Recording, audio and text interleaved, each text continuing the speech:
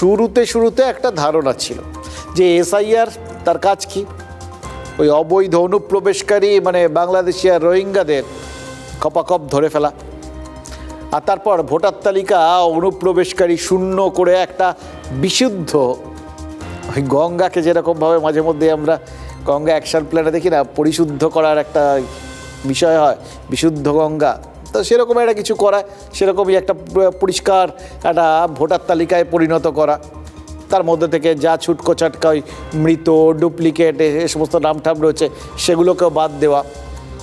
সোজা কথা এটাই তো প্রাথমিকভাবে ধারণাটা ছিল, অর্থাৎ গোটাটাই ছিল একটা সাংবিধানিক প্রক্রিয়া। এবার শুধুই সাংবিধানিক ছিল নাকি রাজনৈতিক ব্যাপারটাও এর সঙ্গে জড়িত ছিল, এটা কিন্তু ভেবে দেখার বিষয়, জানেন তো, কারণ এর ফলে একটা লাভ ক্ষতির অঙ্ক সব রাজনৈতিক দলই তো কষছিল। কিন্তু আজ এসআইআরের শুনানির তৃতীয় দিন তৃণমূল বলছে এই বাংলাদেশি ধরাটরার ধারণাটা, এগুলো লক্ষ্য আসলে ছিলই না, ওগুলো সব ভাঁওতা। এসআইআরের আসল লক্ষ্য নাকি আসলে এই বয়স্ক আর অসুস্থ মানুষজন, তাদের হয়রানি করাটাই নাকি এসআইআরের আসল লক্ষ্য। এবার তৃণমূল কংগ্রেসের এই বক্তব্য যে হাওয়ায় ভাসছে না, সেটা তো শনিবার এই শুনানি শুরুর দিন থেকেই দেখা যাচ্ছে। দেখুন, সারাদিন ধরে আপনাদের যা দেখিয়েছি, কী সব ছবি দেখছিলাম আর অসম্ভব অস্বস্তি লাগছিল। বয়স্ক সব মানুষজন সারাদিন ধরে এইভাবে এসে লাইনে দাঁড়াচ্ছেন মানে কি, আসাটা কঠিন হয়ে যাচ্ছে। কাউকে প্রচুর টাকা দিয়ে এখানে আসতে হচ্ছে, কেউ নাতির কোলে চেপে আসছেন, ভাবা যায় না এরকম ছবি যে দেখতে হবে আমরা সত্যিই ভাবিনি।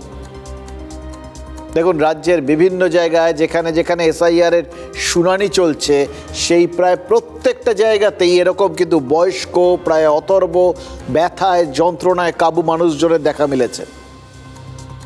এবার আপনি বলতেই পারেন, এরা তো ভোটার হলে তো ভোট দিতে যাবেন,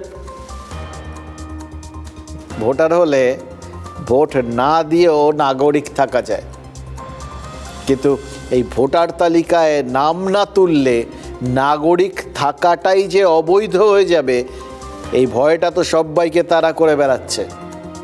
এই জন্যই তো এসআইআরের আরেকটা নাম আতঙ্ক হয়ে গেছে এখন।